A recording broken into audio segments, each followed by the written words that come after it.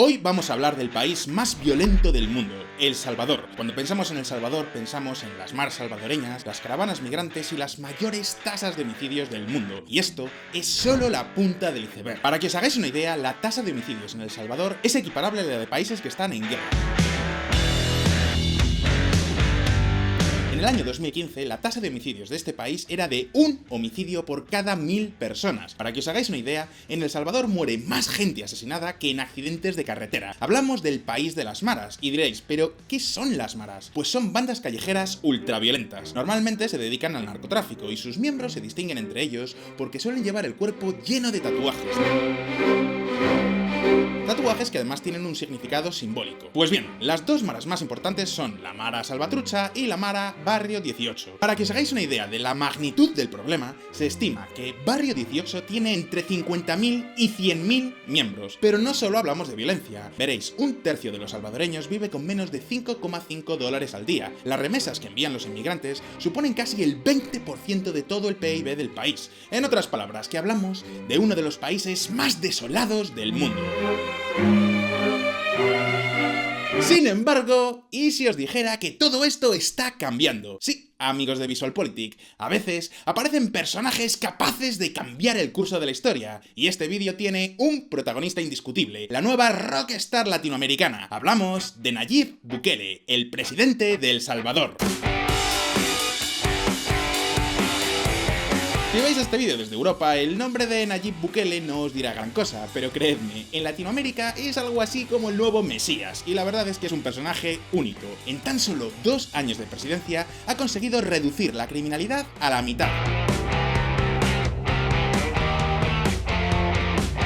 Ni siquiera el coronavirus ha logrado bajar sus niveles de popularidad. Se trata de un auténtico revolucionario, pero no es el clásico revolucionario de izquierdas. Bukele es uno de los líderes más jóvenes de Latinoamérica. Tiene solo 39 años y una actividad continua en redes sociales, y no tiene ningún miedo en tomar decisiones drásticas. Para que os hagáis una idea, en el mismo momento en el que grabo este vídeo, El Salvador acaba de anunciar que es el primer país del mundo en adoptar Bitcoin como moneda de curso legal. Sin embargo, pese a todos estos logros, Estados Unidos desconfía de él. Atentos. Senadores estadounidenses piden a Biden poner presión al presidente Bukele. Y diréis, pero ¿y qué problema tiene Nayib Bukele? Seguramente muchos ya os estáis imaginando de por dónde van los tiros. No es la primera vez que Latinoamérica entera se enamora de un nuevo Mesías que promete milagros y que termina convirtiéndose en un tirano. Y lo cierto es que hay muchos indicios de que Bukele podría convertir El Salvador en una dictadura. Así que la pregunta que hoy nos hacemos es, ¿qué está haciendo Nayib Bukele en El Salvador? ¿Hablamos del héroe que necesita este país o de un aspirante más a tirano? Hoy vamos a responder a estas preguntas, pero antes tengo que recordaros que tenemos un boletín dedicado en exclusiva a la geopolítica de Latinoamérica. Estoy hablando de LatamPolitik.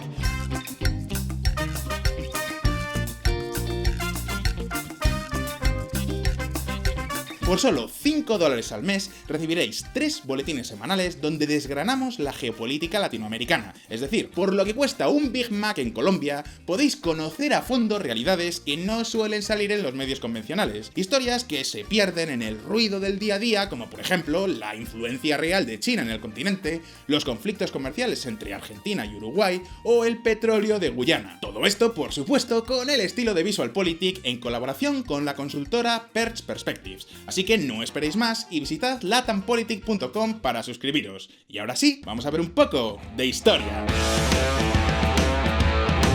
Ha nacido una estrella. La primera pregunta que os estaréis haciendo es, ¿de dónde viene el nombre de Nayib Bukele? Quiero decir, Nayib suena más a un político árabe, ¿verdad? Pues estáis en lo cierto. La familia de Bukele viene de Palestina. Este dato puede parecer anecdótico, pero lo cierto es que es uno más de los muchos símbolos que muestran lo alejado que está este hombre de la política convencional. Rara vez le veréis con traje y corbata, pero sus diferencias van mucho más allá de la imagen. Para entender bien su figura, tenemos que conocer un poquito más de la historia de El Salvador. Veréis, en el año 1979, el ejército salvadoreño dio un golpe de estado y establecieron una junta militar en el país. Así es como estalló una guerra civil entre las guerrillas de izquierdas, el llamado Frente de Liberación Nacional Farabundo Martí y los militares. Esta guerra no terminó hasta el año 1992 y dejó a su paso más de 75.000 muertos. En 1992, los dos bandos pasaron de enfrentarse en las calles a enfrentarse en las urnas. En realidad, todo cambió para seguir como estaba: violencia en las calles y corrupción en las oficinas del gobierno. Para el año 2015, El Salvador batió su propio récord en tasa de homicidios y ninguno de los dos grandes partidos parecía dispuesto a hacer nada para cambiarlo. Sin embargo, el 3 de octubre de 2018, las cosas cambiaron para siempre. En respeto a la ley, hoy damos inicio a nuestra campaña electoral. La historia de Bukele es muy curiosa. Empezó su carrera política en el FMLN, así es como se hizo con la alcaldía de San Salvador. Sin embargo, en el año 2017 le echaron del partido. En condiciones normales, esto sería el fin de su carrera política, pero estamos en el siglo XXI, y ahora los políticos tienen una herramienta que en realidad muy pocos saben usar bien: las redes sociales. Internet nos permite tener nuestro propio medio de comunicación sin depender de terceros. Algunos políticos como Donald Trump o Alexei Navalny lo han entendido muy pero que muy bien, pero sin duda alguna Nayib Bukele ha convertido la comunicación en Internet en todo un arte. Gracias a las redes sociales, Bukele no perdió nunca el contacto con sus votantes, y así es como en el año 2018 anunció su campaña y su nuevo partido, el Movimiento Nuevas Ideas. Y diréis, ¿pero en serio? ¿Es tan sencillo montar un partido político de la noche a la mañana con las redes sociales? Si alguno de los que veis este vídeo tiene experiencia en política, ya sabéis que montar un partido es realmente complicado. No basta con un candidato carismático, sino que necesitamos organizar a las bases de afiliados, organizar campañas, etc. Así que, ¿cómo creó su partido Nayib Bukele? Pues de una forma magistral: opando uno que ya existía, tal cual como lo oís. Bukele se afilió a un partido minoritario de derechas, el llamado Gana, y la estrategia le funcionó a la perfección. Bukele rompe el bipartidismo que dominaba El Salvador. Tal cual como lo oís, Bukele ganó por mayoría absoluta, es decir, que pese a venir de un partido minoritario, ganó más del 50% de los votos, y así es como dejó arrinconados a los otros dos grandes partidos tradicionales. Y todo esto con solo 37 años de edad. ¿Y cuál fue su primer acto político? Pues segundos antes de jurar el cargo, cuando estaba en la tribuna del Parlamento, antes de decir una sola palabra, se sacó el teléfono móvil, se hizo un selfie y lo posteó en Twitter. Y os preguntaréis, ¿pero cuál era su programa electoral? ¿Qué prometió Bukele a los salvadoreños para enamorarlos de esta forma? Pues muy simple. Lo mismo pasa con la corrupción. Cuando llegan al gobierno, roban porque así lo han hecho siempre. Ven la corrupción como algo normal. Son los mismos de siempre y su vieja forma de hacer política. Porque el dinero alcanza cuando nadie roba. Ya sé lo que estáis pensando, esto puede parecer un eslogan muy simple, pero era algo totalmente nuevo en la política de El Salvador. Para que os hagáis una idea, de los últimos 4 presidentes que ha tenido este país, 3 han estado envueltos en escándalos de corrupción millonarios. Así que el hashtag devuelvan lo robado sonaba como música celestial para los salvadoreños. Pero no solo hablamos de política doméstica. En septiembre de 2019, Bukele dio su primer discurso oficial en las Naciones Unidas. ¿Y qué creéis que hizo? Pues antes de pronunciar una sola palabra, cuando estaba subido en el atril de las Naciones Unidas, se hizo otro selfie y lo subió a Instagram. Para que os hagáis una idea, Bukele tiene 3 millones de seguidores en Twitter y 2 millones de seguidores en Instagram. Puede que os parezcan cifras normales para un líder político, pero pensad que la población de El Salvador es de 6.400.000 personas, es decir, que casi la mitad del país le sigue en redes sociales. Como podéis ver, hablamos de toda una rockstar de la política, pero lo importante de Bukele no es su personalidad, sino sus actos, y aquí es donde viene la parte menos bonita de su mandato. Ahora mismo lo vamos a ver. Mano dura. Más allá de la corrupción o de la pobreza, el principal problema de El Salvador es la violencia. Podemos decir que las maras salvadoreñas son algo así como un estado paralelo, viven al margen de la ley y a duras penas hay policías que se atrevan a plantarles cara. Podríamos decir que las ciudades salvadoreñas son un campo de guerra donde las maras han tomado grandes territorios bajo su control. Así que bajo el hashtag Plan Control Territorial, Bukele desplegó a 2.500 policías y 3.000 soldados en la capital del país. El objetivo era recuperar 12 territorios controlados por las maras. De un día para otro, la policía hizo controles de armas, drogas y tatuajes. pensadlo bien, los integrantes de las maras son fácilmente reconocibles porque llevan tatuajes simbólicos. Por ejemplo, los miembros de la Mara Salvatrucha llevan tatuada una M y una S en letras góticas. Pues bien, la policía arrestó a miles de delincuentes. Hasta aquí todo suena fantástico, ¿verdad? Y os preguntaréis, ¿pero entonces de dónde viene la controversia? Pues la polémica surge en las formas. Por ejemplo, la policía no se limitó a arrestar a los delincuentes, sino que también los llevó a las plazas públicas para humillarlos públicamente.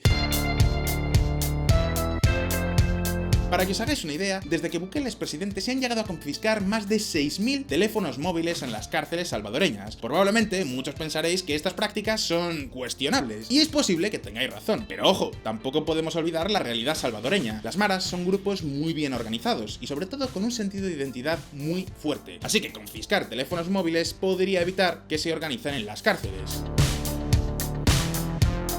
Y os preguntaréis, ¿está funcionando esta política de la mano dura? Pues por el momento parece que sí. Para que os hagáis una idea, la tasa de homicidios en 2015 era de 101 homicidios por cada 100.000 habitantes. En 2018 era de 51 y en 2016 se bajó hasta los 36. En estos momentos El Salvador está en sus niveles más bajos de violencia desde el fin de la guerra civil. Ojo, El Salvador sigue siendo un país extremadamente peligroso, pero hay una evolución positiva. Y lo mismo ocurre con la corrupción. 3 meses después de jurar el cargo, El Salvador lanzó la Comisión Internacional contra la Impunidad, la llamada CICIES. La idea es que en lugar de dejar que los políticos salvadoreños nombren a los investigadores, lo haga la Organización de Estados Americanos. De esta forma se evitarían conflictos de intereses.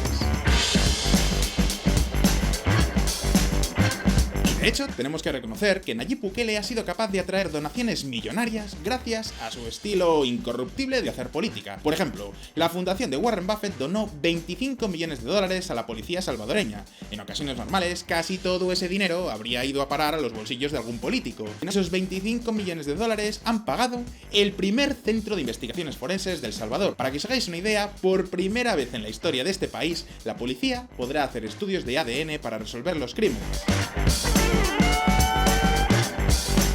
Y diréis, ¿y qué tal ha gestionado Bukele el coronavirus? Pues en este aspecto también tenemos que darle un aplauso muy fuerte a Bukele.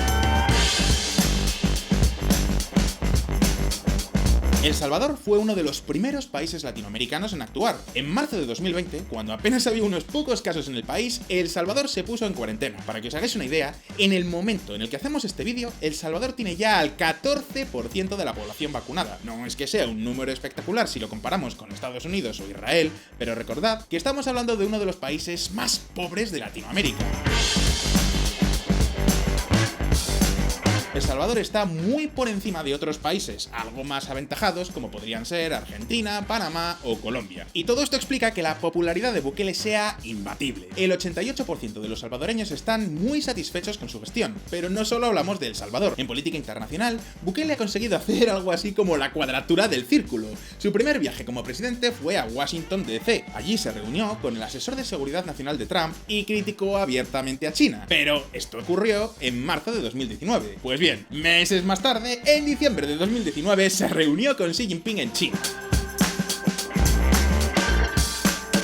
De este viaje consiguió una inversión millonaria. China va a construir un estadio de deportes, una biblioteca, una planta de tratamiento de agua y hasta un resort de vacaciones. Dicho de otra forma, Bukele está consiguiendo dinero de todas partes. China, Estados Unidos, Japón y, por supuesto, el Fondo Monetario Internacional, que ya le ha prestado 389 millones de dólares como ayuda contra el coronavirus. En otras palabras, que hasta ahora parece que estamos ante un nuevo Winston Churchill, ¿verdad? Entonces, ¿qué problema tiene Nayib Bukele? ¿Por qué decimos que es una figura tan controvertida? Pues ahora mismo lo vamos a ver. El lado oscuro de Bukele. A priori parece que Bukele está haciendo un trabajo fantástico en la lucha contra el crimen, pero si echamos la vista al pasado, veremos que no es la primera vez que baja la tasa de homicidios en El Salvador. Atentos a esta gráfica.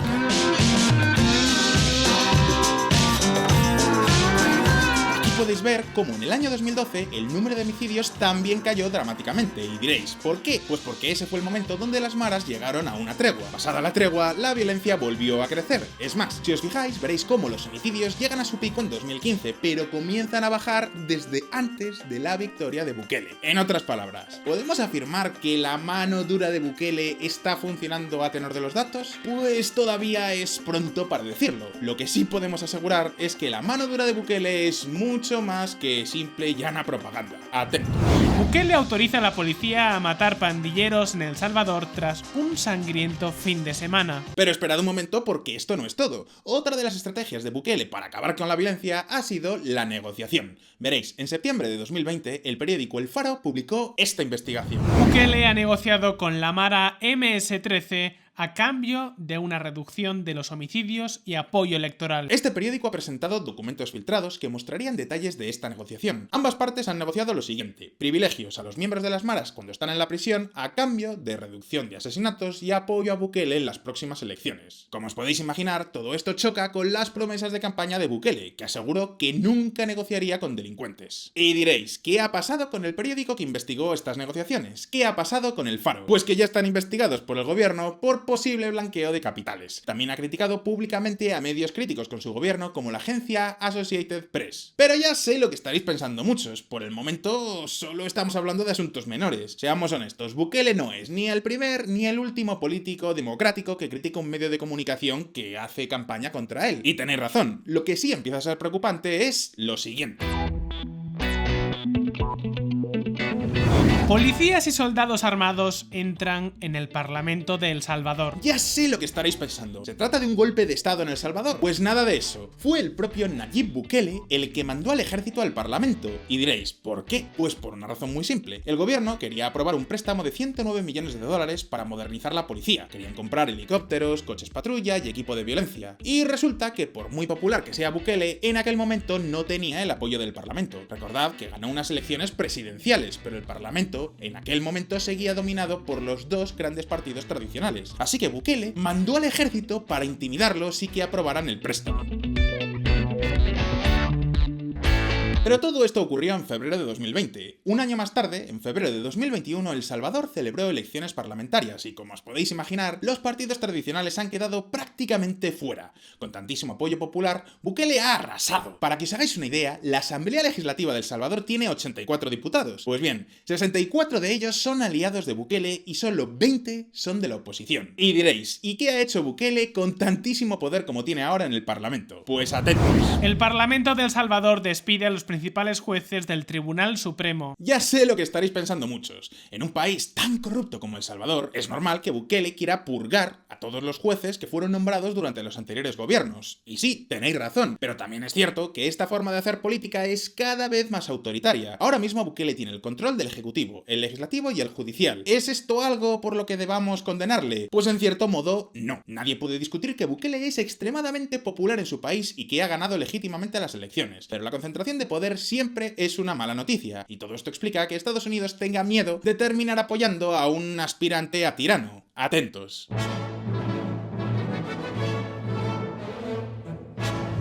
Estados Unidos retirará fondos para El Salvador debido a las preocupaciones serias sobre los despidos de algunos jueces. ¿Es esto una buena o una mala decisión? Pues lo cierto es que es muy difícil juzgarlo. Por un lado, es evidente que El Salvador necesitaba un cambio drástico en su política. Es difícil poder acabar con la corrupción en un país si todas las élites antiguas están contra ti. Por el otro lado, no sería la primera vez que surge un líder mesiánico en Latinoamérica que termina convirtiéndose en un tirano. Así que ahora la pregunta es para vosotros. ¿Creéis que es bueno que Estados Unidos o la Unión Europea presionen a Nayib Bukele para evitar que se convierta en un dictador? ¿O tal vez es necesario algo de mano dura durante un tiempo en un país para que pueda acabar con el crimen y la corrupción? Podéis dejarme vuestra respuesta en los comentarios y, como siempre, no olvidéis que aquí en VisualPolitics sacamos vídeos nuevos todas las semanas, así que suscribíos a este canal y dadle a la campanita para no perderos ninguna de nuestras actualizaciones. Si os ha gustado este vídeo, dadle a like y nos vemos en el próximo. Un abrazo y hasta pronto.